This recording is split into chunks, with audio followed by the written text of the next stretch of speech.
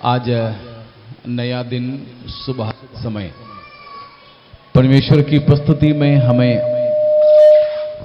आने के लिए प्रभु ने अवसर दिया। परमेश्वर का धन्यवाद और स्तुति हो। शायद आपको रात के समय मीठी नींद मिली है ना, अच्छे से सोए। हेलो, अच्छे से सोए। हाँ। नाश्ता कुछ किए। हाँ। तो हम अभी परमेश्वर के वचन की ओर जाएंगे। हमने कल 3 संदेशों को सुने थे। पहला संदेश, यीशु मसीह उद्धार करता है। दूसरा संदेश, यीशु मसीह शांति दाता है। और तीसरा संदेश हमने देखा कि एक बार मरना, उसके बाद न्याय होगा। तो हमें मरने के बाद कहां जाना है? कहां जाना है? जोर से बोलो। स्वर्ग जाना है। कहां नहीं जाना है? नरक नहीं जाना है। नरक में क्या है? आग है। कभी बुझता है? नहीं। वहां अच्छा रोशनी है? नहीं। फिर क्या है? अंधेरा है। वहां पर दिया जला सकते हैं? नहीं। ऐसा अंधियारा है जिसको हम छू सकते हैं, जिसको हम छू सकते हैं। और इसीलिए अंधियारा से नरक जाने वालों को बांध के रखते हैं। वहां से हिलने डुलने नहीं मिलेगा। उस नरक में हमें जाना नहीं है। फिर जाना किधर? स्वर्ग में जाना है। स्वर्ग में कौन है? हमारे प्रभु परमेश्वर है, हमारे यीशु मसीह है, जिसने हमसे बहुत प्रेम किया था। अपना प्रेम के वजह से हमारे लिए अपना जीवन दिया था। कोई अभी उठ के इधर उधर नहीं जाओगे, ठीक है? अभी बैठे हैं, अभी से उठना बंद है। कोई उठ के ना जाए। कोई पास में से उठ के जा रहे हैं तो वहीं टांग खींच के बिठा देना, ठीक है ना? तो करीब करीब 1 घंटा अभी हम परमेश्वर की वचन सुनने जा रहे हैं। बिल्कुल ध्यान से हम बैठेंगे, बिल्कुल ध्यान से। तो हमने देखा कि प्रभु यीशु मसीह के द्वारा हमें स्वर्ग में प्रवेश मिलता है। स्वर्ग जाने के लिए क्या करना होगा? स्वर्ग जाने के लिए ऐसे ही जा सकते हैं? फिर टिकट लेना है ना? हाँ, क्या है स्वर्ग जाने की टिकट? हाँ, हमारे नाम कहां लिखवाना है? जीवन की पुस्तक में। जीवन की पुस्तक में हमारे नाम लिखवाना है। उसके लिए हमें क्या करना होगा? यीशु मसीह पर विश्वास करना होगा। हमारे पापों को हमें मान लेना होगा। हमारे पापों को हमें छोड़ देना होगा। तो आज उस बात को हम आपके सामने रखते हैं। एक और बार मैं आपको ये बताना चाहता हूं कि हमें स्वर्ग जाने के लिए क्या करना है। स्वर्ग जाने के लिए हमें क्या करना है? उसके लिए मैं 2 या 3 बात आपके सामने रखूंगा। स्वर्ग जाने के लिए हमको क्या करना है? सबसे पहले हमको यीशु मसीह पर विश्वास करना है। स्वर्ग जाने के लिए हमको सबसे पहले क्या करना है? यीशु मसीह पर विश्वास करना है। बहन अभी जब प्रार्थना कर रही थी तो उन्होंने अपनी प्रार्थना में बोली थी, आपने ध्यान दिए हो, कि मार्ग, सत्य और जीवन हमारे यीशु मसीह है। प्रभु यीशु मसीह ने बोला कि मार्ग, सत्य और जीवन यीशु मसीह है। यीशु मसीह के बिना कोई भी स्वर्ग में नहीं पहुंच पाते हैं। तो हमको यीशु मसीह पर विश्वास करना होगा। यीशु मसीह पर हमको क्या क्या विश्वास करना है? सबसे पहले यीशु परमेश्वर का पुत्र है, हमें विश्वास करना है। सबसे पहले हमको क्या विश्वास करना है? यीशु कौन है? परमेश्वर का पुत्र है। पढ़ेंगे मत्ती का सुसमाचार 16 अध्याय का 13 से लेकर के पदे। मत्ती 16 का 13 से 16 तक पढ़ेंगे। यीशु कैसरिया फिलिप्पी के प्रदेश में आया और अपने चेलों से पूछने लगा, लोग मनुष्य के पुत्र को क्या कहते हैं? उन्होंने कहा, कुछ तो यूहन्ना बपतिस्मा देने वाला कहते हैं, और कुछ एलिया, और कुछ यिर्मयाह भविष्यवक्ताओं में से कोई एक है। यीशु मसीह एक जगह पर पहुंचा, अपने चेलों से ये पूछने लगे कि मेरे बारे में लोग क्या कहते हैं। तो लोगों ने, यीशु मसीह के चेलों ने कहा कि लोग यीशु आपके बारे में ऐसे ऐसे ऐसे कहते हैं। वो सब बातें छोड़ दो। मतलब लोगों को, दुनिया को यीशु मसीह के बारे में अलग अलग राय है। दुनिया को यीशु मसीह के बारे में अलग अलग विचार है। कोई कहेंगे यीशु चमत्कार करने वाला है, कोई कहेंगे यीशु चंगा करने वाला है, कोई कहेंगे यीशु नौकरी दिलाने वाला है, मकान दिलाने वाला है। ये सब अलग अलग तरीके से यीशु के बारे में लोग बोलते हैं। लेकिन यीशु मसीह को दुनिया क्या कहते हैं इससे मतलब नहीं। उसके बाद सुनिए यीशु मसीह ने क्या पूछा। उसने उनसे कहा, परंतु तुम मुझे क्या कहते हो? शमौन पेत्रस ने उत्तर दिया, तू जीवते परमेश्वर का पुत्र मसीह है। यीशु ने उनको देखा, तो दुनिया के लोग यीशु मसीह के बारे में कुछ भी कहें, लेकिन यीशु मसीह ने अपने चेलों से पूछा, तुम मेरे बारे में क्या कहते हो? आज भी मुझे सुनने वाले प्रियों, मुझसे और आपसे प्रभु यही पूछते हैं कि हम लोग यीशु मसीह के बारे में क्या कहते हैं। सब लोग मेरे तरफ ध्यान देना, ठीक है ना? हम यीशु के बारे में क्या कहते हैं? आप क्या कहते हो? यीशु कौन है? आप क्या बोलोगे? आपसे अभी कोई आकर के पूछे कि यीशु कौन है, आप क्या जवाब दोगे? जोर से बोलिए ना, आप क्या जवाब दोगे? बहन लोग, आप क्या जवाब दोगी? यीशु कौन है?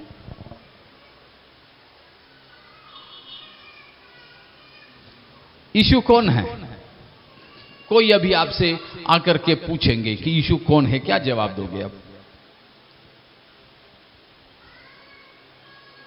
कोई जवाब नहीं दे पाओगे? हाँ जी, जोर से। एक बार बोल के करंट बंद हो जाती क्या? हाँ, बोलो ऐसे। तो यहां यीशु मसीह ने पूछा चेलों से कि तुम मेरे बारे में क्या कहते हो? दुनिया चाहे कुछ भी कहे, दुनिया यीशु को डॉक्टर कहें, गुरुजी कहें, दुनिया यीशु को भगवान कहें, देवता कहें, कुछ भी कहें दुनिया, लेकिन यीशु मसीह हमसे पूछते हैं, हम यीशु के बारे में क्या जानते हैं? हम यीशु के बारे में क्या बोलते हैं? वहां पर यीशु मसीह का एक चेला था जिसका नाम शिमौन है, पतरस है। उसने इससे ही जवाब दिया। उसने क्या बोला? यीशु जीवित परमेश्वर का पुत्र मसीह है। यीशु कौन है? यीशु जीवित परमेश्वर का पुत्र मसीह है। आप मेरे पीछे बोलोगे, यीशु कौन है? मेरे पीछे बोलना, यीशु जीवित परमेश्वर का पुत्र मसीह है। और एक बार बोलेंगे, यीशु जीवित परमेश्वर का पुत्र मसीह है। और एक बार बोलेंगे ध्यान से, उन पर ध्यान मत देना, मेरे तरफ ध्यान दो। यीशु परमेश्वर का पुत्र मसीह है। और एक बार, यीशु कौन है? यीशु जीवित परमेश्वर का पुत्र मसीह है। हां, तो कभी भी कोई भी पूछे यीशु मसीह के बारे में, हमें यही बताना है, यीशु कौन है? जीवित परमेश्वर का पुत्र मसीह है। हम इस बात को रटना है, हमें इस बात को जानना है, यीशु जीवित परमेश्वर का पुत्र मसीह है। यीशु, बाकी बोलिए आप, यीशु, बाकी आप बोलो, जीवित परमेश्वर का पुत्र मसीह है। हालेलुया। यह बात यदि हम जानेंगे, यह बात यदि हम मानेंगे,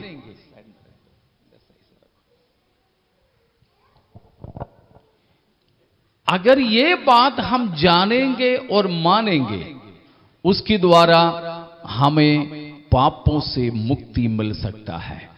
ठीक है ना? यीशु कौन है? यीशु जीवित परमेश्वर का पुत्र मसीह है। ठीक है, यीशु जीवित परमेश्वर का पुत्र मसीह है। ध्यान दे दीजिएगा। ठीक है, तो हमको स्वर्ग जाने के लिए क्या करना है, हम इस बात को देख रहे हैं। स्वर्ग जाने के लिए हमको क्या करना है? हेलो, आप सब माइक की तरफ।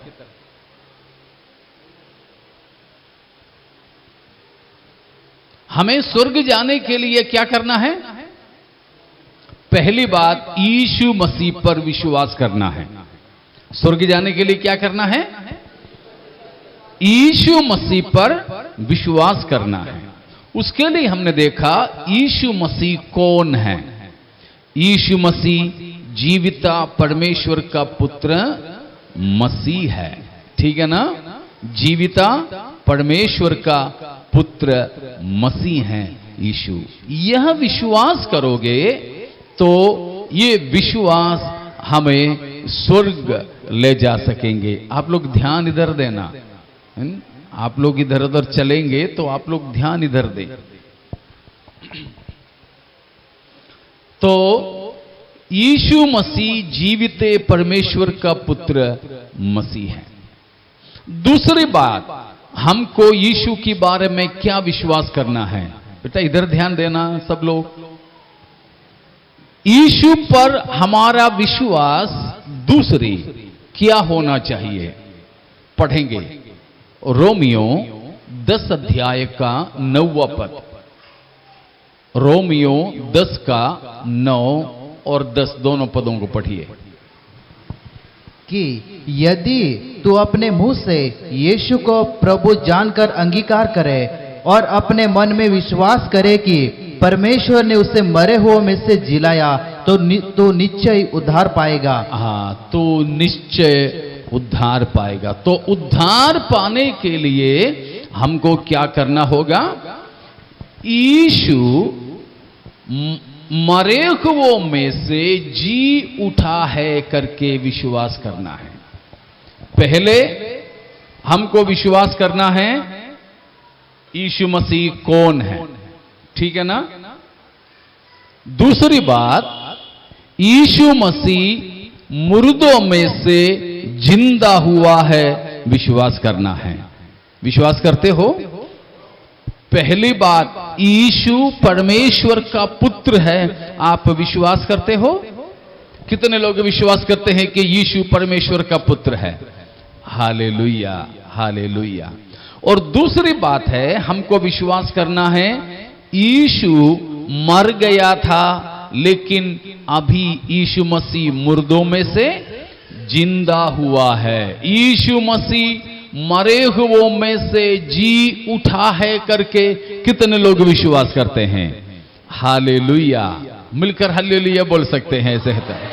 हाँ, तो यीशु मुर्दों में से जिंदा हुआ है। यीशु मुर्दों में से जिंदा हुआ है। हालेलुया। बाकी धरती पर जितने भी आए सब मरे और उनकी कब्र यहीं पर है। किसी को दफन किया है तो किसी को जला दिया है, लेकिन वे सब मरे पड़े हैं, वे सब मुर्दे हैं। लेकिन हमारे प्रभु यीशु मसीह मर गया था, लेकिन हमारे प्रभु यीशु मसीह मुर्दों में से जिंदा हुआ है। हालेलुया। यीशु मसीह मरे हुओं में से जिंदा हुआ। बाकी कोई मरने के बाद जिंदा हुआ? यीशु ही मुर्दों में से जिंदा हुआ है। कल मैंने आपको कहा कि ऐसा कोई नहीं है जो मरे नहीं, हमेशा जिंदा रहे। लेकिन एक है, मर भी गया था फिर भी वो जी उठा। बाकी हर कोई जो है मृत्यु की सामने हार माने हैं, लेकिन हमारे यीशु है मृत्यु को भी हरा दिया है। यीशु मसीह ने मृत्यु को हरा दिया। यीशु मसीह मृत्यु पर जयवंत हुआ। बाकी हर कोई कब्र में बंद है, यीशु कब्र के बाहर है। एक और वचन हम पढ़ेंगे, प्रेरितों के काम 2 अध्याय 23 और 24। प्रेरितों के काम 2 का 23-24। उसी यीशु को जो परमेश्वर की ठहराई हुई योजना और पूर्व ज्ञान के अनुसार पकड़वाया गया, तुमने अधर्मियों के हाथ से क्रूस पर चढ़वाकर मार डाला। परंतु उसी को परमेश्वर ने मृत्यु के बंधनों से छुड़ाकर जिलाया, क्योंकि यह अनहोना था कि वह उसके वश में रहना। हालेलुया। प्रभु यीशु मसीह को लोगों ने मार तो डाले, लेकिन हमारे परमेश्वर पिता ने यीशु को मरे हुओं में से जिलाया है। हालेलुया। यह अनहोना था बच्चों, ये अनहोना था कि यीशु मसीह मृत्यु के वश में रहे। ये अनहोना था, ये संभव नहीं था कि यीशु मसीह मृत्यु के वश में रहें। मैं इस प्रकार कहता हूं कि बाकी हर किसी को मृत्यु ने निगला। हर किसी को मृत्यु ने क्या किया? निगल दिया। यीशु मसीह को भी निगलने के लिए मृत्यु ने मुंह में डाला, लेकिन 3 दिन तक उसने कोशिश किया कि यीशु को निगले, लेकिन यीशु मसीह मृत्यु का गला नहीं उतरा। हमारे प्रभु यीशु मसीह मृत्यु को हराकर जीवित हुआ और वो फिर से जी उठा है। हालेलुया। तो हमारे प्रभु यीशु मसीह पर हमें जो विश्वास करना है, पहले यह विश्वास करना यीशु परमेश्वर का पुत्र है। दूसरा यह कि यीशु मसीह मरे हुओं में से जिंदा हुआ है। यीशु मसीह मरे हुओं में से जिंदा हुआ। मैंने पहले एक बार कहा हुआ बात आप में से कुछ लोग शायद सुने हैं, मैं फिर से आपको बताना चाहूंगा कि कुछ लोग मिलकर, कुछ सृष्टि मिलकर लोहे के पास गए थे। लोहा है ना, तो लोहे का प्रणाम किया, बोला कि लोहा तू सबसे ताकतवर है। पूछा क्यों? बोला कि लोहा बाकी सब कुछ को तोड़ते हैं, काटते हैं, तो लोहा बड़ा ताकतवर है। लेकिन लोहा ने बोले नहीं, मैं ताकतवर तो हूं, लेकिन मुझे भी हराने वाला एक है। क्या है? आग। आग में तो मैं पिघल जाता हूं। तो आग के पास गए, बोले आग तेरा प्रणाम। आग ने बोला नहीं, मैं लोहे को तो पिघलाता हूं, लेकिन पानी तो मुझे बुझा देती है। तो पानी मेरे से बड़ा है। पानी के पास गए, पानी ने बोला मैं आग को तो बुझाता हूं, मगर जो सूरज है ना, उसका धूप मुझ पर पड़े तो मैं तो भाप बनकर के पानी खत्म हो जाते। धूप में पानी रखो तो सूख जाता है ना। तो बोला कि सूरज का ताप मुझे बिल्कुल भाप बना देती हैं। तो पानी ने बोले सूरज मेरे से बड़ा है। और सूरज के पास में गए, बोला कि तुम तो पानी को भी उड़ा देते हो, तो कितना ताकतवर है। लेकिन सूरज ने बोला बात तो सही है, मगर मुझसे भी ताकतवर है ये बादल। जब बादल मेरा नीचे आ जाते हैं तो बादल के अंदर से मैं तो पृथ्वी तक नहीं जा पाता। बादल छाते तो धूप कम हो जाता है ना। हाँ, तो बोला सूरज से भी ताकतवर है बादल। तो ये लोग बादल के पास गए, बोला कि तुम सूरज से भी ताकतवर हो, तुम सूरज को भी ढक देते हो। तो बादल ने बोला हाँ, सूरज को तो मैं ढकता हूं, मगर मुझसे भी ताकतवर कोई है। वो कौन? हवा।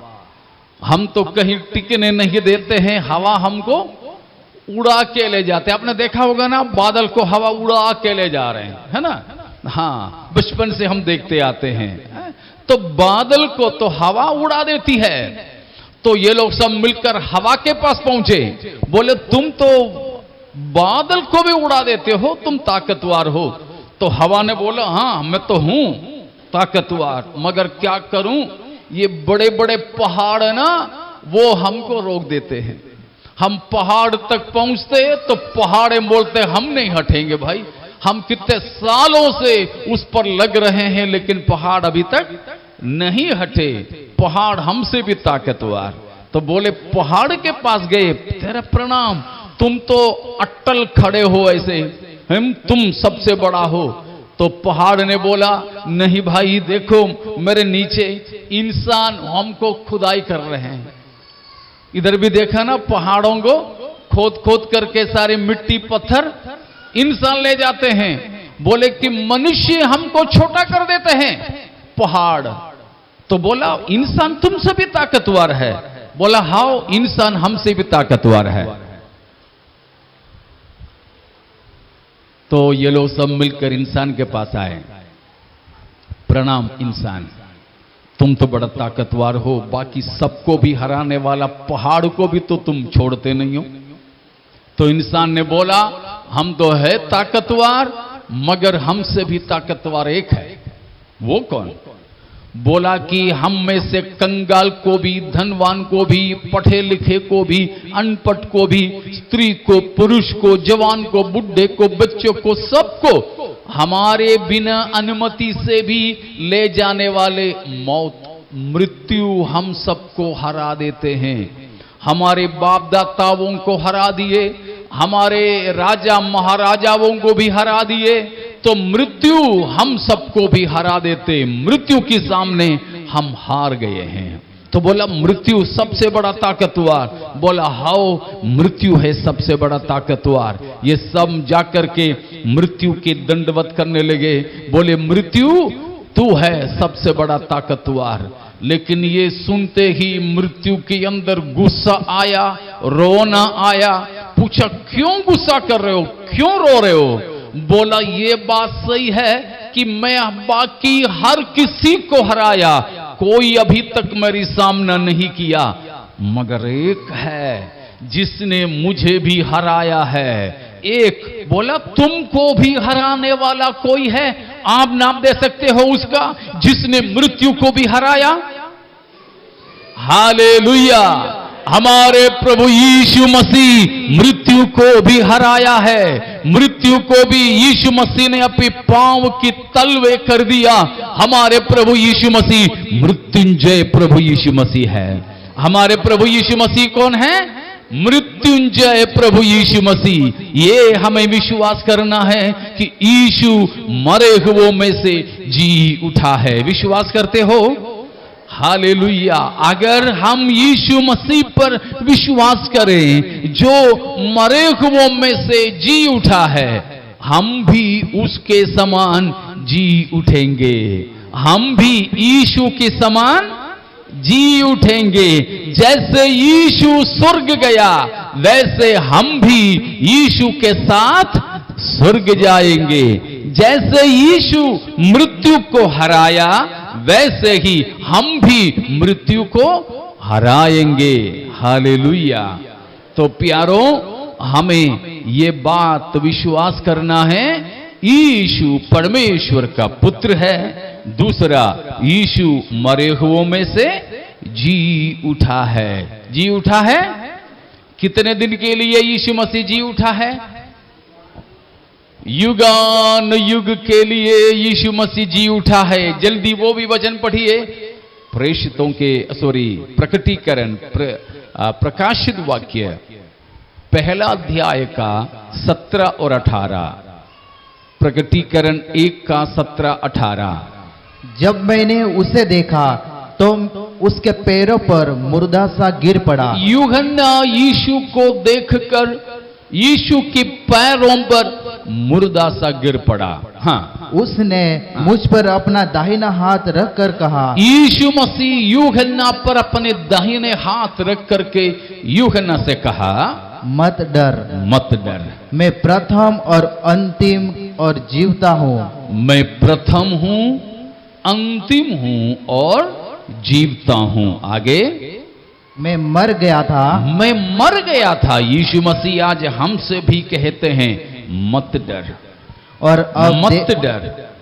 मैं मर गया था, लेकिन देख, अब मैं युगान युग के लिए जीविता हूं। पढ़ना चाहिए ना। अब देख, मैं, पढ़ो ना। और अब देख, मैं युगान युग जीवता हूँ। हाँ, यीशु मसीह कहता है, मैं मर गया था, लेकिन युगान युग जीवता हूँ। अब युगान युग जीविता हूं। हमारे यीशु को अभी कोई गोली नहीं मार सकते, क्रूस पर नहीं चढ़ा सकते, कोई लठ नहीं मार सकते, क्योंकि हमारे यीशु युगान युग जीविता है। उतना ही नहीं, आगे प्रभु यीशु मसीह ने कहा, और मृत्यु और अधोलोक की कुंजियां मेरे ही पास है। आपकी किसी किसी की पेटीकोट की रस्सी में आपने गले की चाबी बांध के रखी ना? नहीं तो अपनी साड़ी की कोने में बांध के रखी हो ना चाबी। यीशु मसीह उसी प्रकार मृत्यु और अधोलोक की कुंजी को अपने पास में रखा हुआ है। प्यारो, इस दुनिया में और किसी को ना मृत्यु पर अधिकार है, ना अधोलोक पर अधिकार है। उस पर अधिकार केवल हमारे प्रभु यीशु को ही है, यीशु को ही है। तो ये हमें विश्वास करना है कि यीशु मरे हुओं में से जिंदा हुआ है। तो दो बात हमें विश्वास करने के लिए कहा। पहला, यीशु जीविते परमेश्वर का पुत्र मसीह है। दूसरा, यीशु मरे हुओं में से जिंदा हुआ है। कितने दिन के लिए? युगान युग के लिए। यीशु के पास कौन से कुंजी है, कौन सा चाबी है? मृत्यु और अधोलोक की।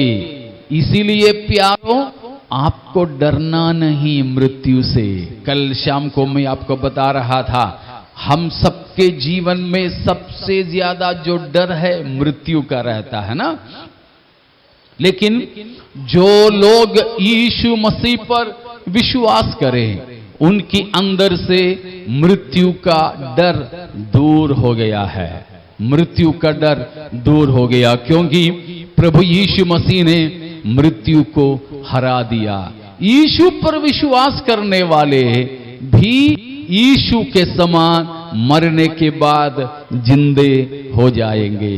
मरने के बाद हम भी जीवित हो जाएंगे। हमारे प्रभु यीशु मसीह मुर्दों में से जिंदा हुआ। विश्वास करते हो?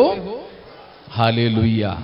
यीशु मसीह को क्यों मरना पड़ा, मैंने आपको कल बताया था। याद है किसी को यीशु मसीह को क्यों मरना पड़ा?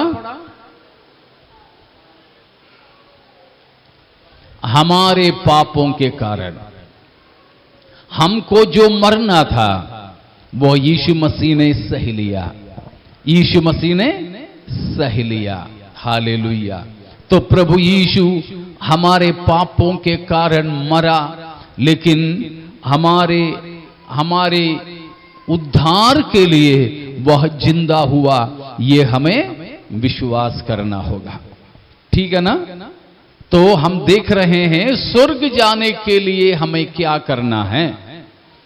पहले हमें यीशु पर विश्वास करना है कि वह परमेश्वर का पुत्र है। दूसरा, हमें यह विश्वास करना है कि यीशु मसीह मरे हुओं में से जिंदा हुआ है। अब तीसरी बात, स्वर्ग जाने के लिए हमको क्या करना है, वो है पापों से मन फिराना है। हमें क्या करना होगा? पापों से मन फिराना है। तो यीशु पर विश्वास करने से हमको पापों से मन फिराना भी होगा। पापों से मन फिराना भी होगा। प्रेरितों के काम 3:19 को पढ़ेंगे। प्रेरितों के काम 3:19। इसलिए मन फिराओ और लौट आओ कि तुम्हारे पाप मिटाए जाए, जिससे प्रभु के सम्मुख से विश्रांति के दिन आए। मन फिराओ और लौट आओ। हमको तीसरी बात, स्वर्ग जाने के लिए क्या करना है?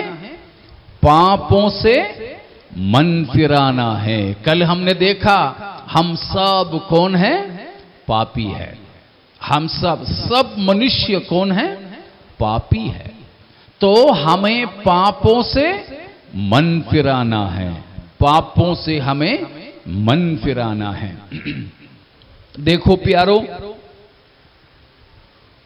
परमेश्वर के विरोध में करने वाला सबसे बड़ा पाप कौन सा पाप है? मूर्ति पूजा। परमेश्वर के विरोध में मनुष्य का सबसे बड़ा पाप कौन सा पाप है? मूर्ति पूजा। मनुष्य अक्सर मूर्ति पूजा की ओर आकृष्ट है। यीशु का भी मूर्त रखो तो वो पाप है।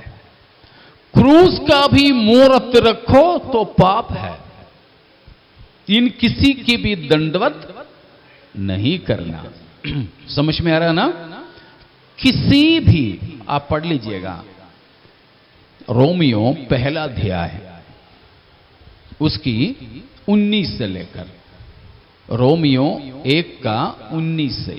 इसलिए कि परमेश्वर के विषय का आज्ञा उनके मनों में प्रकट है। 18 से पढ़ लीजिए, 18 भी मिला के पढ़ लीजिए। परमेश्वर का क्रोध तो उन लोगों की सब अभक्ति और अधर्म पर स्वर्ग से प्रकट होता है, जो सत्य को अधर्म से दबाए रखते हैं।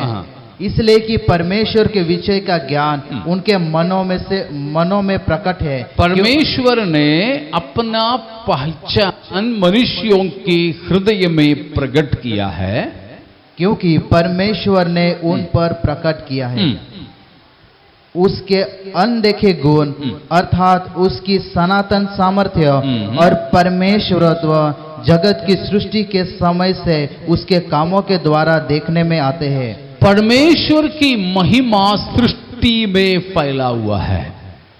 ठीक है ना? अगर दिन में हमारे घर में कोई बल्ब जला ले, पापा आकर के नहीं तो कोई आकर के पूछता किसने जलाया ये बल्ब, पूछता ना किसने जलाया बल्ब, तो बल्ब जलाया तो हम पूछते हैं किसने जलाया। हम कोई बोलेंगे क्या अपने आप से जल गया है? अपने आप से बल्ब जलेगा घर पे? नहीं जलता है, जलाना पड़ता है। तो कभी आपने किसी ने पूछा क्या आसमान में इतना बड़ा बल्ब किसने जलाया? कितना बड़ा? कितना बड़ा? सूरज है ना, सूरज है ना, कितना बड़ा बल्ब है। किसने पूछा कि यह बल्ब किसने जलाया? पूछना तो चाहिए ना। वही बात यहां पर बताया, सृष्टि में परमेश्वर ने अपना पहचान दिया है।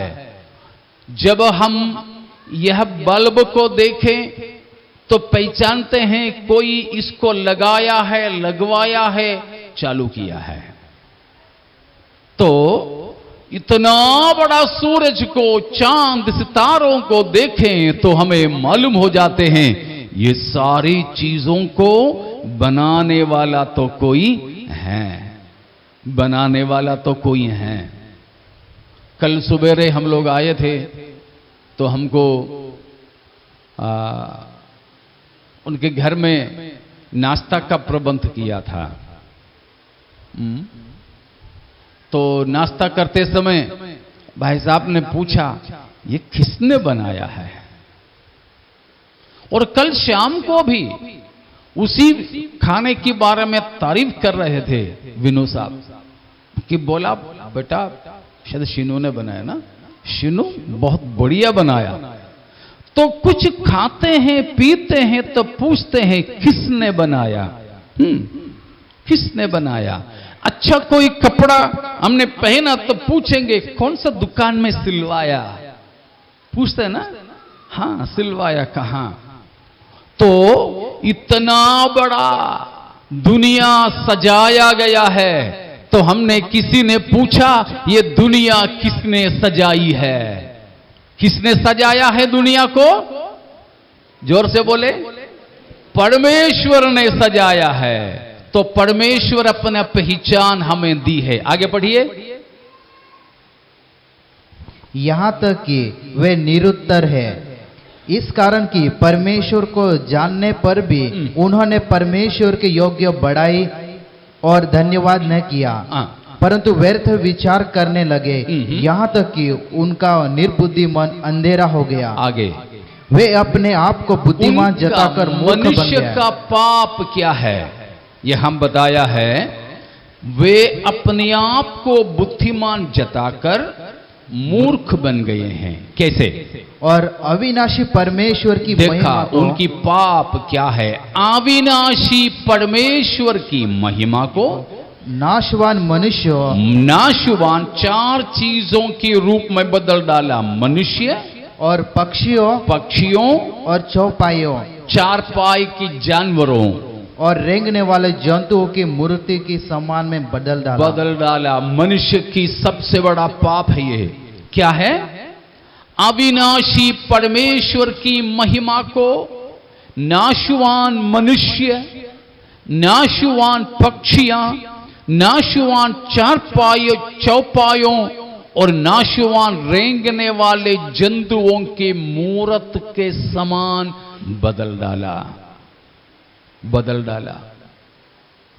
तो प्यारो, ये सबसे बड़ा पाप है।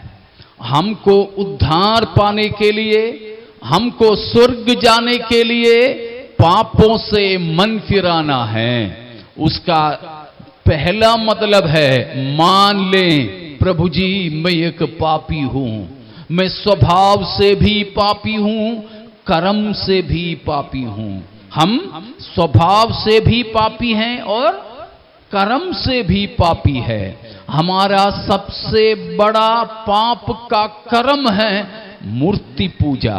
यीशु का भी मूर्त रख करके न पूजें, क्योंकि हमारे परमेश्वर ये आसमां और जमीन में समाया नहीं जा सकता है। हमारे परमेश्वर जो इस ब्रह्मांड को बनाने वाला, ब्रह्मांड के अंदर नहीं आ सकता है। समझ में आ रहा ना?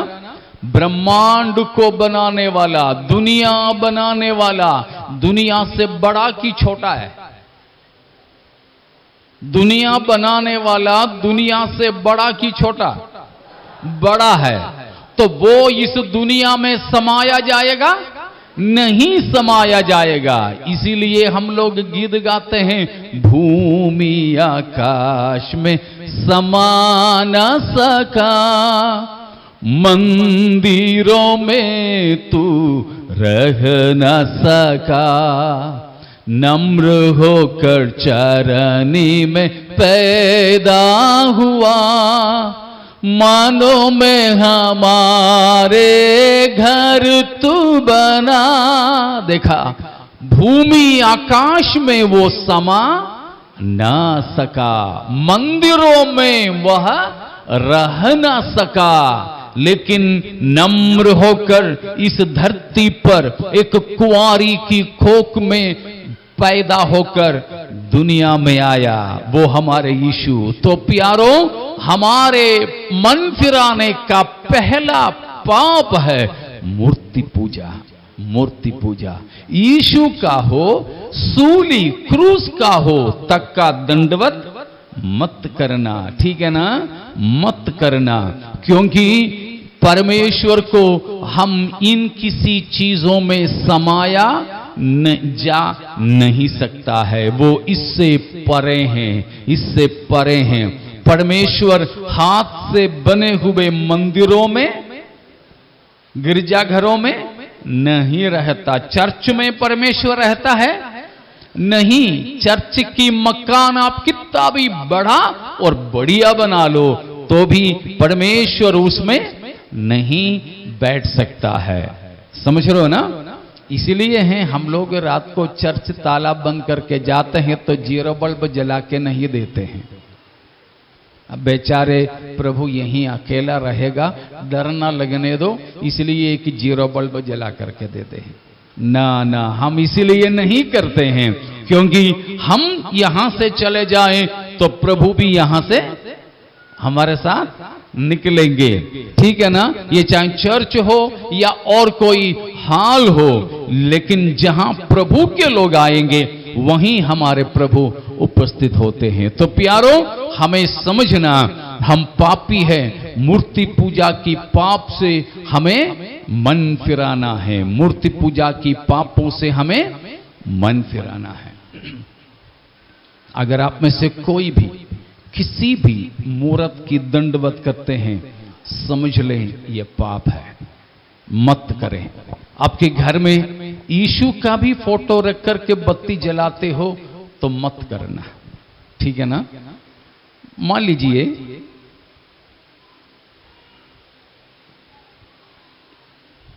आप मेरे घर में जब आए, मेरे घर के दीवालों में 2-4 लोगों की फोटो लगाया है। उसमें से एक फोटो पर, एक तस्वीर पर माला चढ़ा है और एक तस्वीर पर दिया जल रहा है। 4 फोटो रखे हैं, एक में माला चढ़ा है और एक में दिया जल रहा है। 2 में तो न माला न दिया। आप क्या समझोगे? ये फोटो देख करके आपको कोई कुछ नहीं बोल रहे हैं, आपने भी किसी से कुछ नहीं पूछा। ये आप देखें तो क्या आपको क्या समझ में आएगा? जल्दी बोलिए। हाँ जी? 4 फोटो है, 2 में कुछ नहीं है, लेकिन 2 में, एक में माला चढ़ा है, एक में दिया जला है, दिया जल रहा है। जी?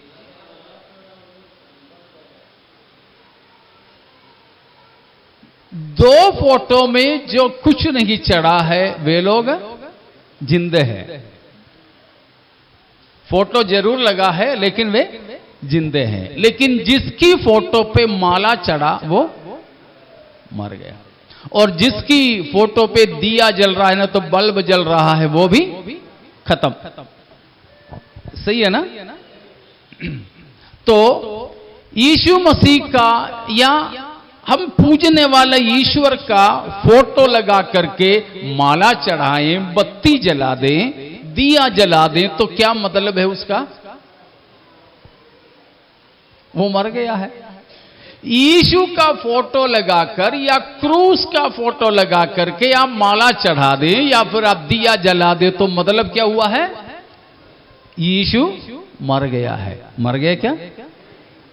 इसीलिए पहले हमने कहा यीशु मसीह मरा था, लेकिन वो तीसरा दिन जिंदा हुआ है।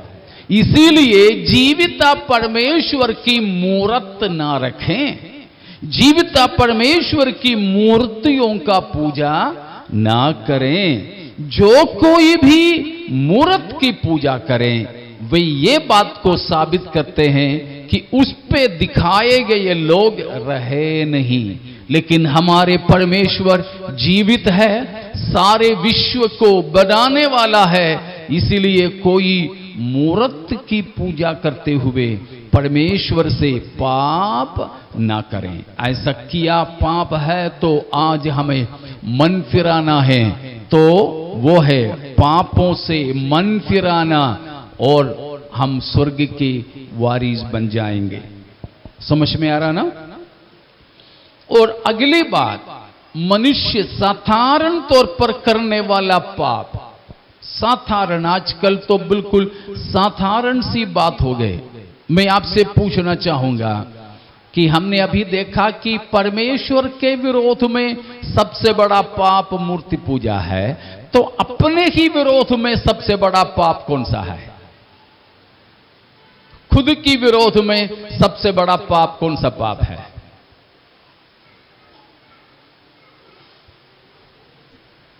तो पढ़ लीजिए पहला कुरिन्थियों 6:18। पहला कुरिन्थियों 6:18 वचन, सब लोग ध्यान देना।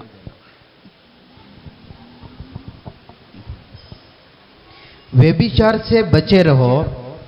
जितने अन्य पाप मनुष्य करता है वे देह के बाहर है, परंतु व्यभिचार करने वाला अपने ही देह के विरुद्ध पाप करता है। अब बताइए, अपने ही विरोध में करने वाला सबसे बड़ा पाप कौन सा पाप है? व्यभिचार का पाप। व्यभिचार का पाप।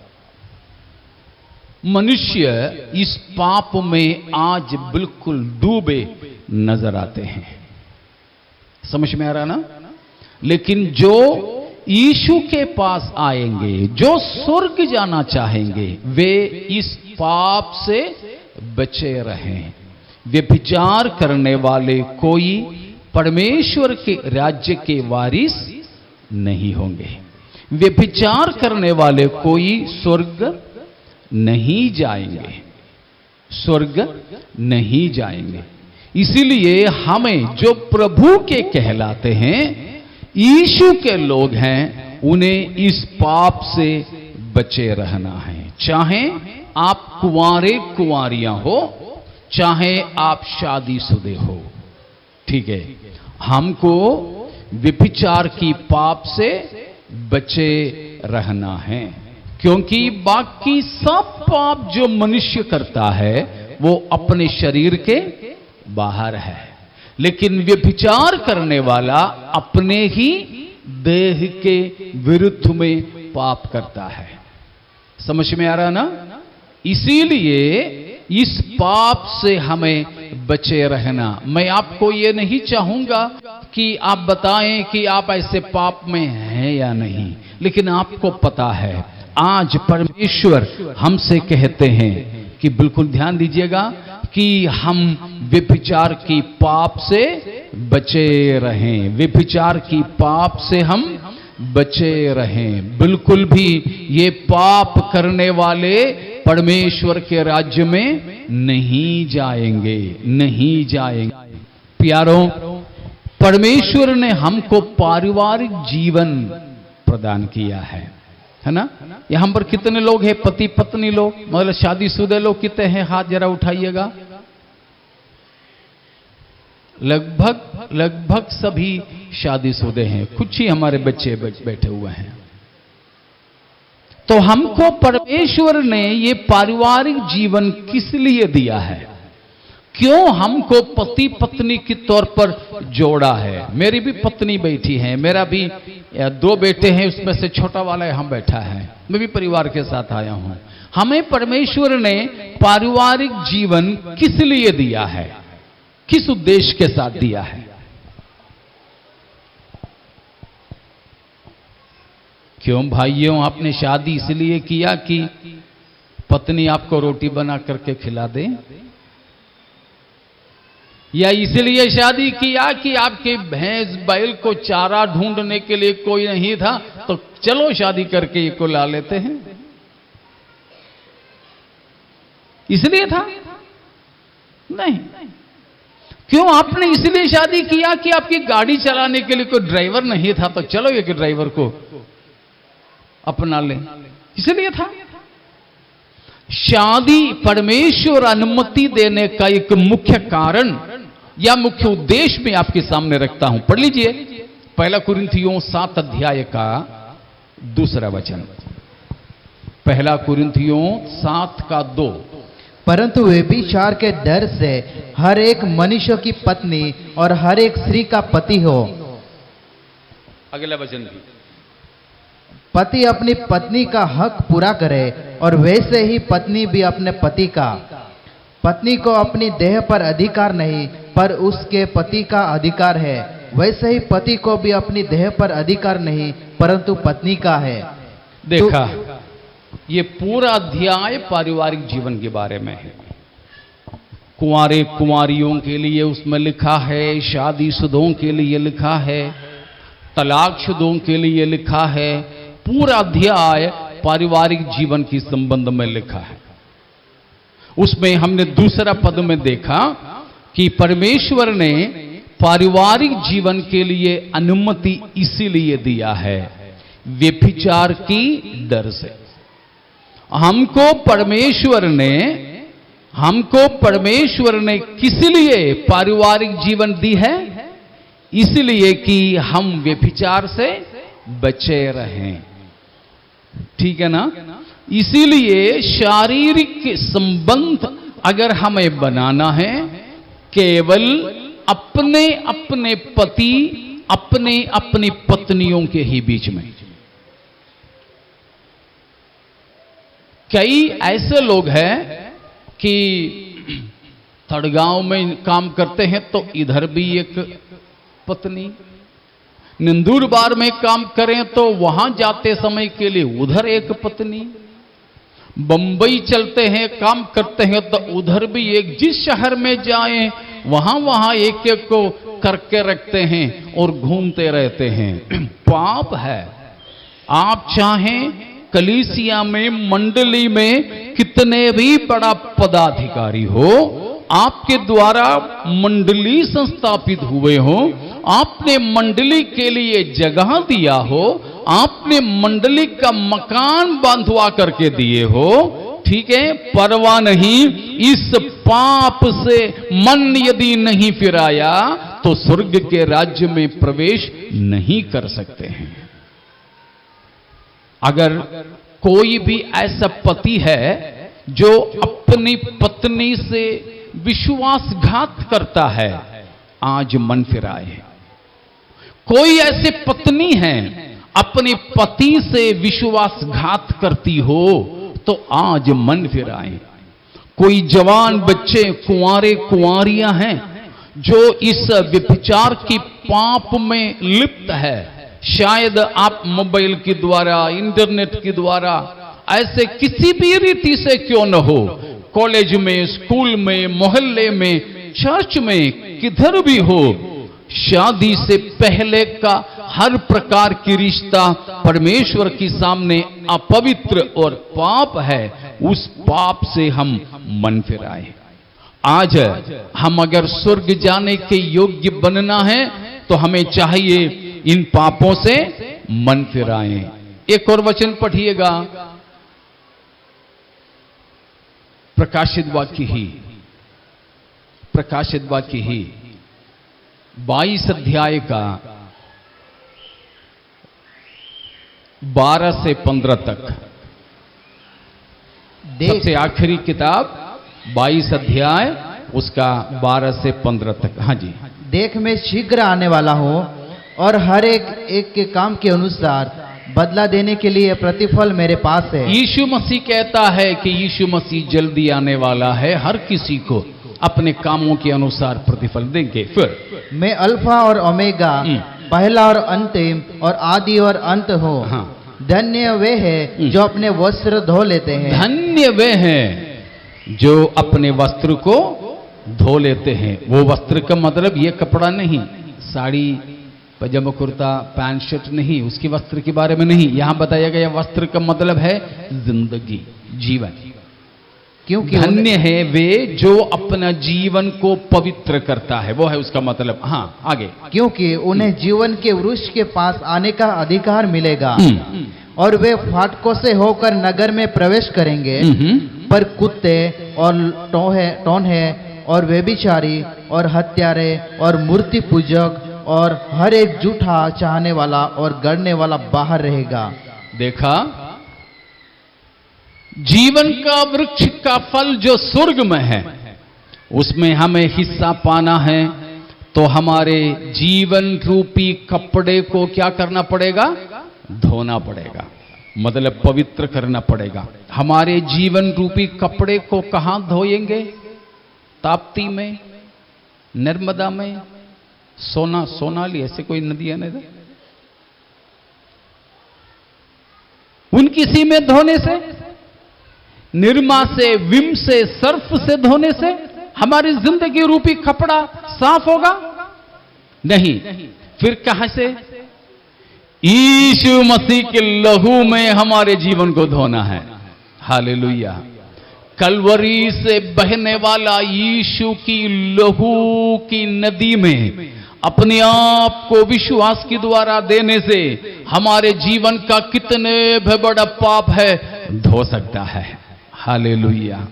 हमारे पाप धोना है तो प्रभु यीशु मसीह की लहू के द्वारा। और वहां लिखा है कौन कौन परमेश्वर के स्वर्ग नगर में नहीं पहुंचेंगे। वहां लिखा है कुत्ते। कौन सा कुत्ते? 4 पैर और पूंछ वाला नहीं, वो कुत्तों के बारे में नहीं बता रहे हैं। फिर यहां बताया कुत्ता कौन है जो स्वर्ग नहीं जाएंगे? कुत्ता का स्वभाव के बारे में बताया है। कुत्ता उल्टी करता है, थोड़ी देर के बाद में वो ही चाट लेता है। तो यहां बताया कुत्ता कौन है? पहले हमने छोड़ा त्यागा हुआ पापों को फिर से लेने वाला। शायद हमारे बीच में भी ऐसे कई सारे लोग होंगे कि पहले त्यागे हुए पापों को फिर से करने लग गए, पुरानी आदतों में वापस जाने लगे। ऐसे लोग जो है कौन है? बाइबल उन ऐसों को क्या बुलाते हैं? कुत्ते। हम में से कोई कुत्ते हैं तो आज मन फिरा लेना। कुत्ते बन करके रहें तो स्वर्ग के राज्य में प्रवेश नहीं मिलेगा। अगर पहले आपने सोचा बीड़ी अभी नहीं पीऊंगा, छोड़ दिया, अगला ठंडा आने लगे तो फिर से ले लिया। दारू नहीं पिएंगे, आपने निर्णय लिया, अगला दिवाली आ गए तो फिर पीने लग गए हैं। जुआ नहीं खेलूंगा, लेकिन अगली दिवाली में फिर शुरू हो गए। व्यभिचार अभी नहीं करूंगा, लेकिन अगली बार और कहीं काम में लग गए थे, बस शुरू कर दी। इस प्रकार जो पाप छोड़ने के बाद वापस उन्हीं पापों को करने लगे, उनका नाम है कुत्ते। वे परमेश्वर के राज्य में प्रवेश नहीं करेंगे। उसके बाद वहां लिखा है कुत्ते, फिर टोने, जातू टोना करने और कराने वाले, और विश्वास करने वाले भी परमेश्वर के राज्य में प्रवेश नहीं करेंगे। मैं सोचता हूं आप लोग कोई टोना वोना नहीं करते होंगे, कराते भी नहीं होंगे। विश्वास भी मत कीजिए, कोई टोना जादूगर आपका कुछ भी नहीं बिगाड़ सकते हैं। हमने पहले पढ़ा कि मृत्यु और अधोलोक की कुंजियां किसके पास है?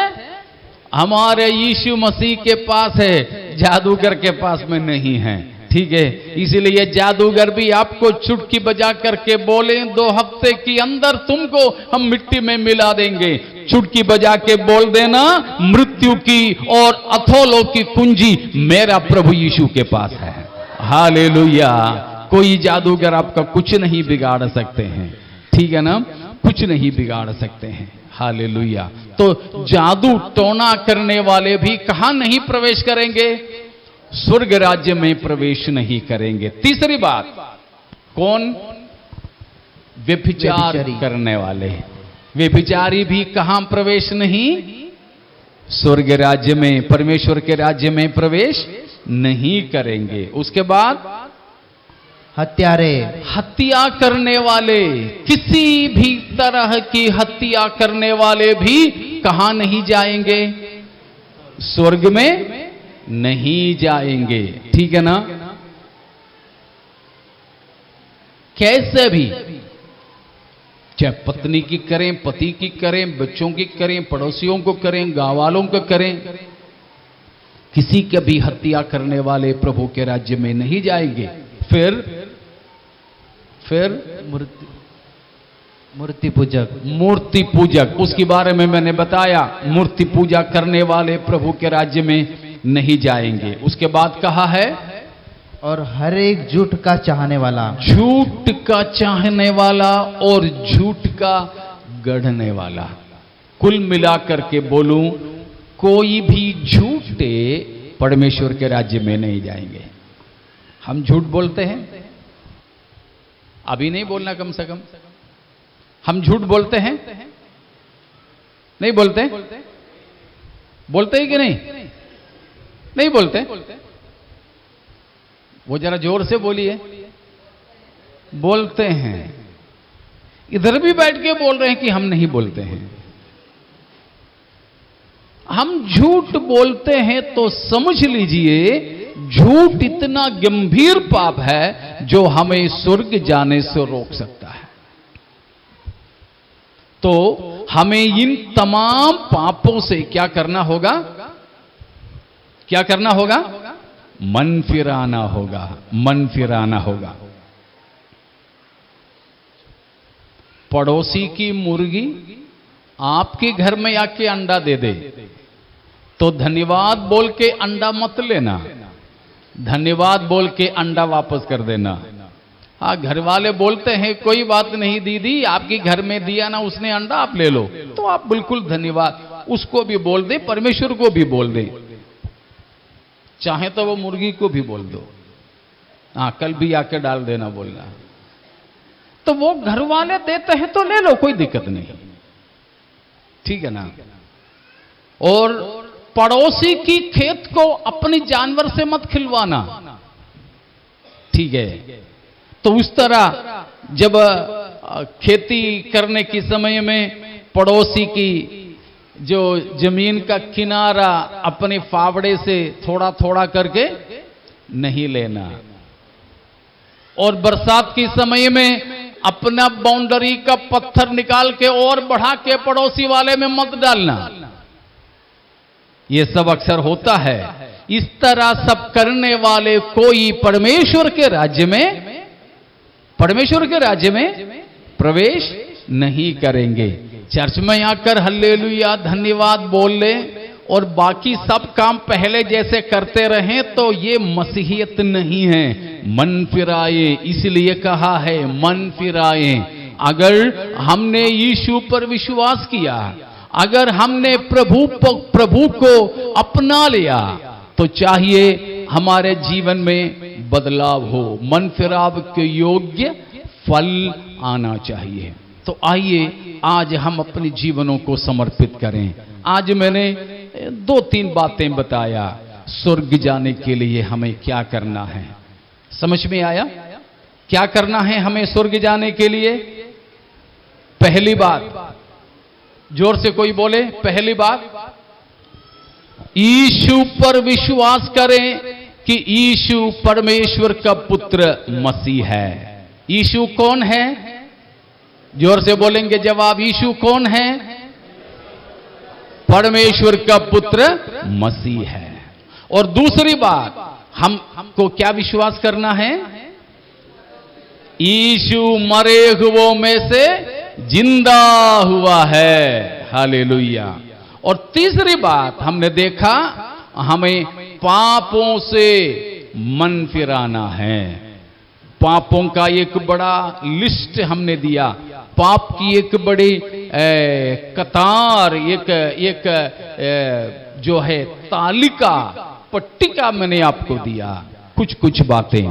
तो हर प्रकार की पापों से हमें मन फिराना है। पापों से मन फिराकर हमें स्वर्ग राज्य की वारिस होना है, प्रभु के साथ हमें जाना है। तो आइए अपने जीवनों को समर्पित करें। अगर कोई ऐसा है कि आज पहली बार विश्वास करना चाहें यीशु परमेश्वर का पुत्र है और मेरे पापों के लिए मर गया था लेकिन तीसरा दिन जिंदा हुआ, वो जीविता परमेश्वर है। अगर यीशु मसीह पर ऐसा पहली बार विश्वास करने वाले कोई है, आप अपने हाथ को उठाएंगे, यीशु मसीह आपको आशीष देना चाहेंगे। Hallelujah, hallelujah. परमेश्वर आपको आशीषित करें। जो कोई भी पहली बार यीशु को अपनाना चाहते हैं, परमेश्वर आपको आशीषित करें। हाथ को नीचे कीजिएगा। अब हम पहले से विश्वासी है, बपतिस्मा भी हुए हैं, कलीसिया में जाते हैं, लेकिन आज हमने देखे हुए पाप, कई पाप हमारे जीवन में पाए जाते हैं। उन पापों से मन फिराना चाहेंगे। मैं उन पापों को मानकर छोड़ना चाहता हूं, चाहती हूं। ऐसे पापों से मन फिराने वाले भी कोई हो, आप अपने हाथ को उठाएंगे। Hallelujah, hallelujah. प्रेमी दयालु पिता, हम आपके पास आते हैं। प्रिय लोगों ने अपना हृदय की इच्छा आपके सामने व्यक्त की है, लेकिन उनके दिलों को आप जानते हैं। अगर कोई पहली बार यीशु को पहचान कर विश्वास की है और पापों से मन फिराए हैं, सचमुच में आप उन्हें स्वीकार करें, उनको स्वर्ग राज्य की वारिस होने दीजिए। आगे भी आप अगुवाई करें।